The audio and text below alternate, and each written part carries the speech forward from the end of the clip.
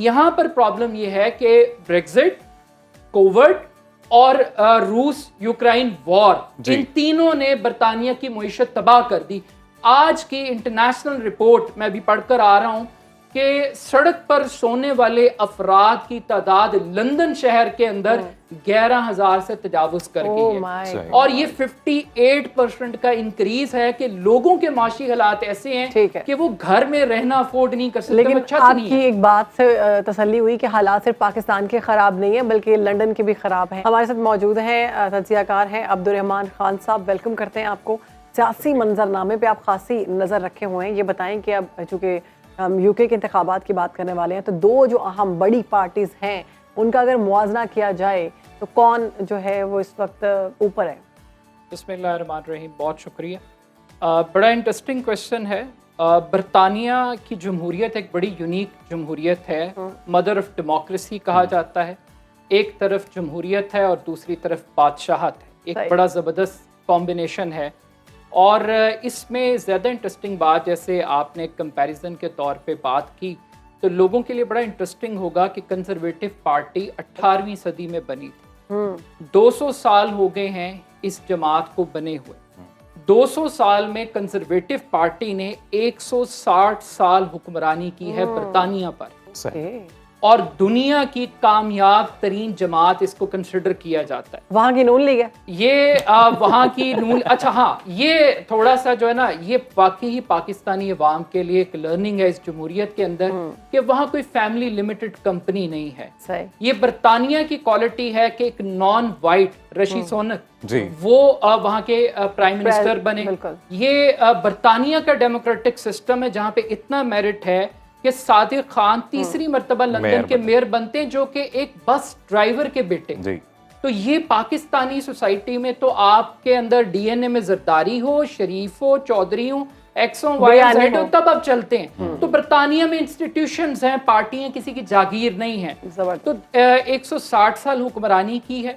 اس 160 سال حکمرانی کے بعد ابھی بھی 14 سال حکمرانی کے بعد ایک ڈکلائن آیا ہے.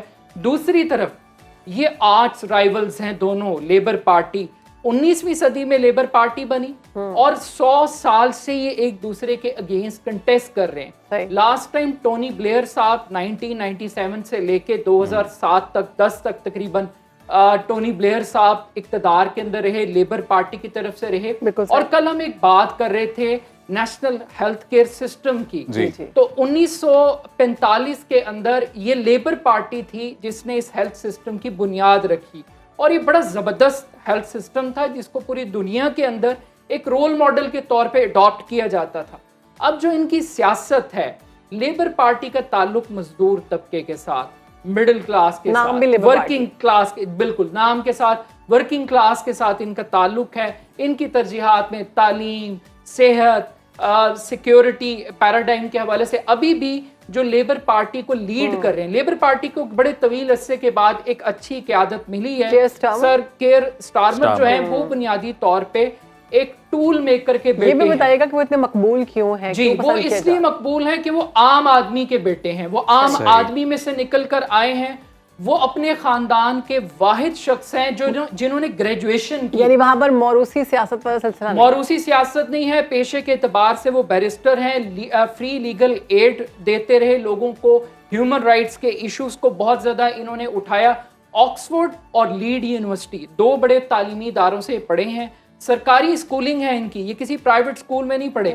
جبکہ آپ رشی سے ان کا کمپیریزن کریں تو رشی وہ امیر آدمی ہیں. ان کی شادی بھی ایک بڑے انڈیا کے ایک امیر خاندان کے اندر ہوئی، اور وہ آکسفورڈ کے پڑھے ہوئے ہیں، اسٹینفورڈ یونیورسٹی کے پڑھے ہوئے ہیں. پالیٹکس اور بزنس یہ ان کی بیسک آپ کہہ لیجئے کہ کوالیفیکیشن ہے. لیکن دونوں کے اندر ایک چیز بڑی کامن ہے، فٹ بال کھیلتے ہیں.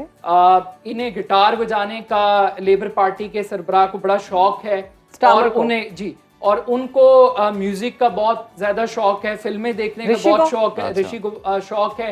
تو یہ شوق بھی ان کے بڑے قریب ملتے جلتے ہیں. لیکن ایک چیز ہے کہ 2015 میں سر کیئر سٹارمر پہلی مرتبہ یہ پارلیمنٹ کا حصہ بنے. 5 سال کے اندر انہوں نے لیبر پارٹی کو اتنا سٹرونگ کر دیا کہ آج وہ پاپولر پارٹی ہے.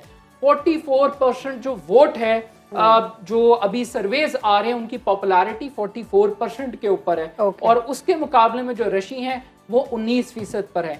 लेकिन सियासत इम्कानात का खेल है, आर्ट ऑफ पॉसिबिलिटीज। अब्दुर्रहमान, अब जब हम बरतानवी मुआशरे का जिक्र करते हैं तो ये भी कहा जाता है कि कन्वेंशंस पे बहुत बिलीव रखते हैं ये लोग, अपनी रिवायात से जुड़े हुए लोग हैं, ट्रेडिशंस को कॉन्स्टिट्यूशन रिटन नहीं है, रिवायात के ऊपर मबनी है। तो इलेक्टोरल कॉलेज जो है उसका मिजाज भी थोड़ा बताएं कि जरा अभी नौजवान तबका काफी जो है 21 लाख वोट जो आखिरी डेट थी रजिस्ट्रेशन की, तकरीबन 21 लाख वोट इसमें ऐड हुआ। पिछला जो इलेक्शन था तकरीबन 4 करोड़ 60 लाख के करीब वोटर्स की तादाद थी। यूथ इसमें बहुत वाइब्रेंट है, बड़ी वोकल है। लेकिन इस मरतबा एक और चीज़ ये है कि दोनों पार्टियों की जो पॉलिसी थी स्पेशली गजा के हवाले से वो बड़ी कंफ्यूजिंग थी और इसी वजह से लेबर पार्टी को बड़ी तनकीद का सामना है। अगर हम पिछले इलेक्शंस के ट्रेंड्स को देखें, ज़रा गौर करें, अभी आपने बात की थी पाकिस्तानी कम्युनिटी के हवाले से, तो 3.2% मुस्लिम वोट है पूरे बरतानिया में।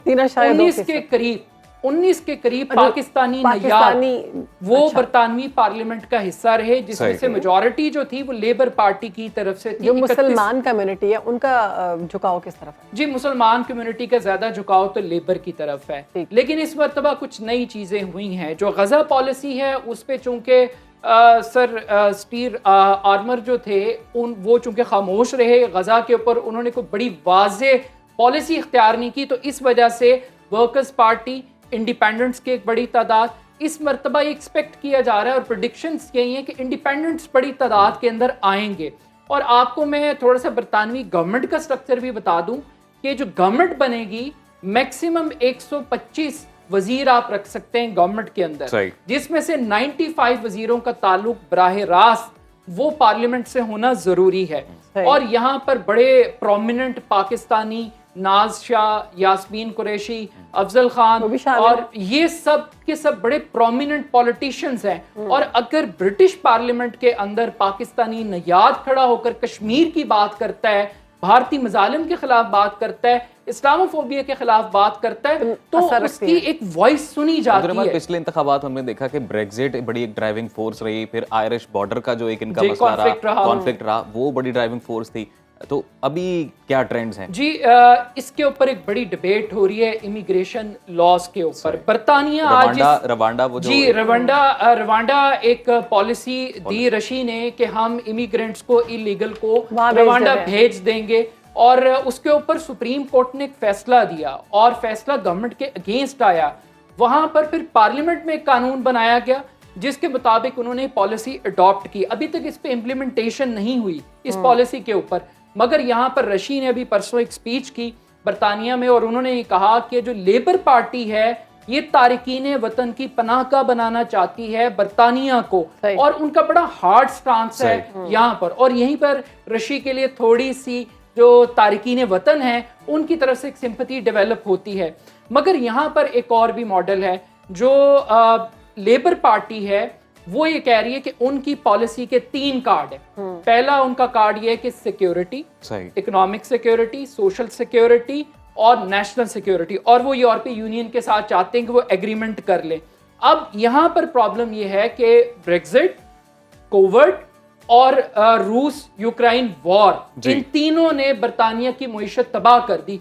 आज की इंटरनेशनल रिपोर्ट मैं अभी पढ़कर आ रहा हूं कि सड़क पर सोने वाले अफराद की तादाद लंदन शहर के अंदर 11,000 से तजावुज कर गई है, और ये 58% का इंक्रीज है कि लोगों के माशी हालात ऐसे हैं कि वो घर में रहना अफोर्ड नहीं कर सकते। लेकिन आपकी एक बात से तसल्ली हुई कि हालात सिर्फ पाकिस्तान के खराब नहीं है बल्कि लंदन के भी खराब हैं। तो सेगमेंट का वक्त खत्म हो गया और नेक्स्ट जो है हमारी जाते जाते सिर्फ एक आखिरी बात जरूर मैं कहना चाहूंगा कि पाकिस्तान के लिए इसलिए भी इम्पोर्टेंट है, पाकिस्तान में गवर्नमेंट बनानी हो या गिरानी हो, लंदन प्लान के बगैर पाकिस्तान की सियासत मुकम्मल नहीं होती।